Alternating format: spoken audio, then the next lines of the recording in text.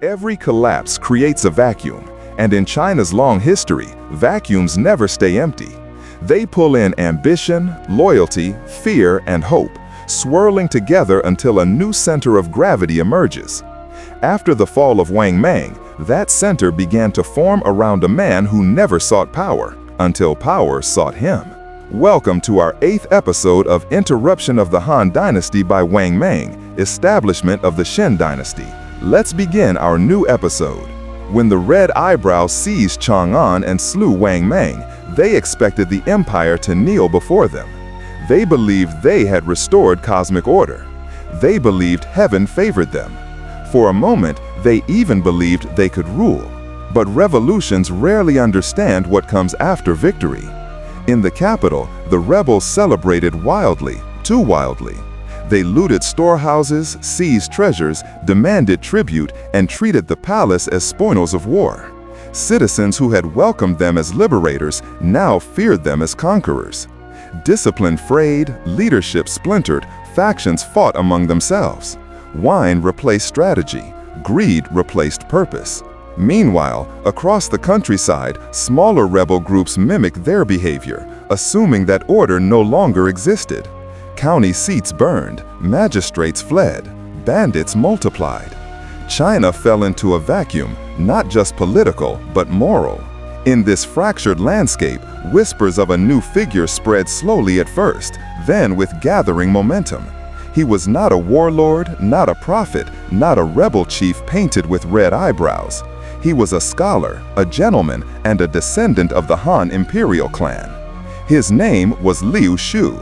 Years earlier, when Wang Mang seized the throne and destroyed many branches of the Liu family, Liu Xiu survived by appearing harmless.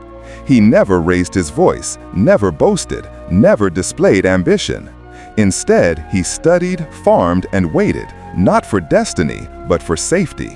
What he did not know was that destiny had noticed him long before he noticed destiny. As news of the chaos spread through the provinces, Wang Mang dead, rebels uncontrolled, famine everywhere, many who longed for stability began searching for a legitimate heir of the Han. Not a puppet, not an opportunist, a true Liu. And so, delegation after delegation traveled east to find Liu Xiu. They knelt before him, begging him to lead. They believed that in uncertain times, legitimacy mattered more than strength. Liu Xiu hesitated. He was not blind to the state of China. He saw the burned villages, the hungry families, the marauding rebels. He understood that the empire no longer needed scholars, it needed a leader. But he also understood the danger. Whoever stepped forward now would face not just the red eyebrows, but rival rebel factions, ambitious generals, foreign tribes, and the sheer exhaustion of a broken empire. He spent nights staring into lantern light, asking himself whether he had the right or the courage to rebuild. Yet the more he hesitated, the more people joined him. Militias pledged loyalty, Han sympathizers brought supplies, county officials swore support. By the time he finally accepted leadership, he was no longer a private man making a personal decision. He was the person the empire had already begun to choose. Liu Xiu gathered his followers and presented a simple vision, not a revolution, not a reinvention, but a restoration. He promised to restore the Han laws, restore stability, restore the mandate. No grand ideology, no sweeping experiments, just order. It was exactly what China craved. But restoring order meant confronting the red eyebrows.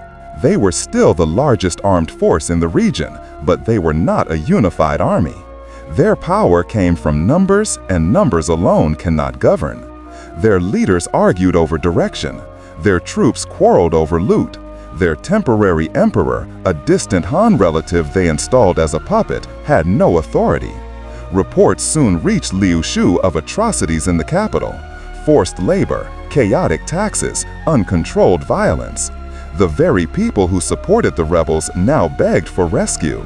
Liu Xiu understood this moment, not as chance, but as mandate. He marched west, gathering more troops with every mile. Villages offered him food, merchants provided funding. Even small rebel bands switched allegiance, recognizing in Liu Xiu something the Red Eyebrows lacked: legitimacy backed by discipline. As he approached the Guangzhou region, the Red Eyebrows attempted to negotiate. Some of their leaders proposed a shared rule. Others insisted they deserved titles. A few tried to intimidate him. Liu Xiu refused all of them. His message was clear: the empire cannot be ruled by chaos. He did not threaten, he did not shout. He spoke like a man who knew he was walking a path the world had prepared for him. When the Red Eyebrows realized he would not be intimidated, they marched out to face him, tens of thousands of them. The two forces met on a wide plain under the gray winter sky. What happened next would reshape China. The rebels had numbers. Liu Xiu had strategy. He positioned his troops on high ground, the wind at their backs, the sun angled to blind the enemy at dawn. His soldiers were well-trained, tightly coordinated, and supported by local militias who knew the terrain. The Red Eyebrows charged, wild, loud, fearless, but undisciplined. They attacked in a massive wave, hoping sheer momentum would break the Han restorationists. Instead, they crashed against a wall of formations that held firm. Arrows rained down, shields locked, spear lines thrust with precision. The rebels recoiled, then they rallied again. But every time they charged, Liu Xiu's forces absorbed the blow, then struck back with calculated precision. What the Red Eyebrows had mistaken for timidity was in fact discipline. What they had assumed was weakness was patience. What they had celebrated as freedom now revealed itself as disarray. By midday, the battlefield shifted, rebel ranks thinned, commanders fell, confusion spread. Then came the turning point. Liu Xiu ordered a sudden forward sweep, not chaotic, but perfectly timed. His troops advanced like a single organism, tightening around the rebels, creating panic where moments earlier had been confidence.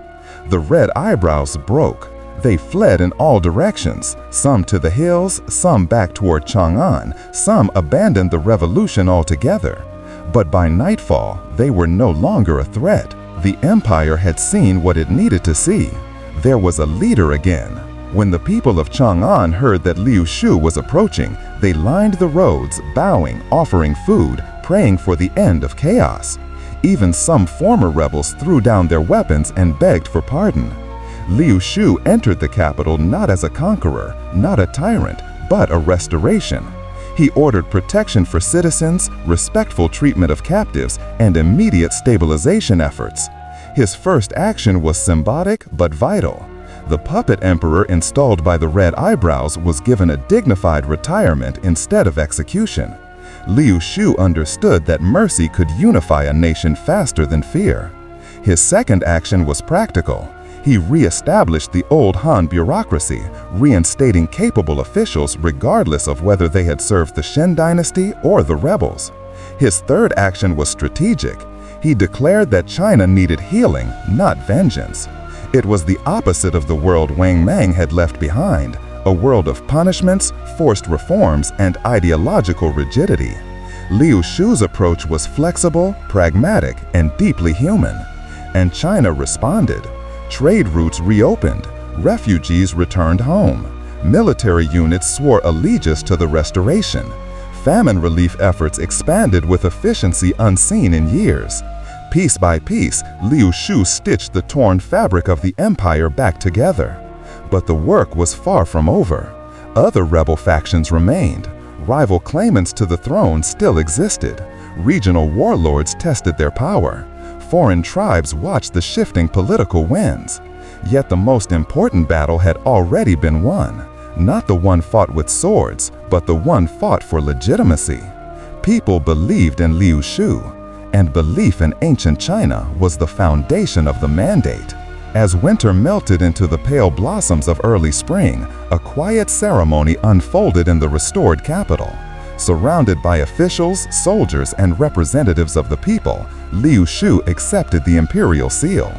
He did not ascend the throne with fanfare. He did not give a glorious speech. He did not proclaim a new order. He simply restored the old one.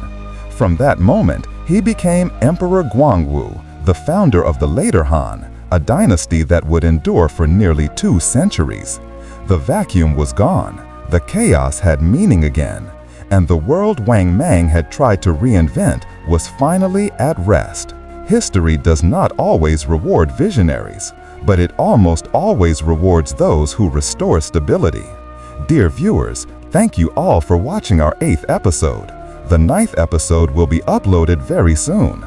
Please stay tuned, subscribe, like, comment, and share to encourage us.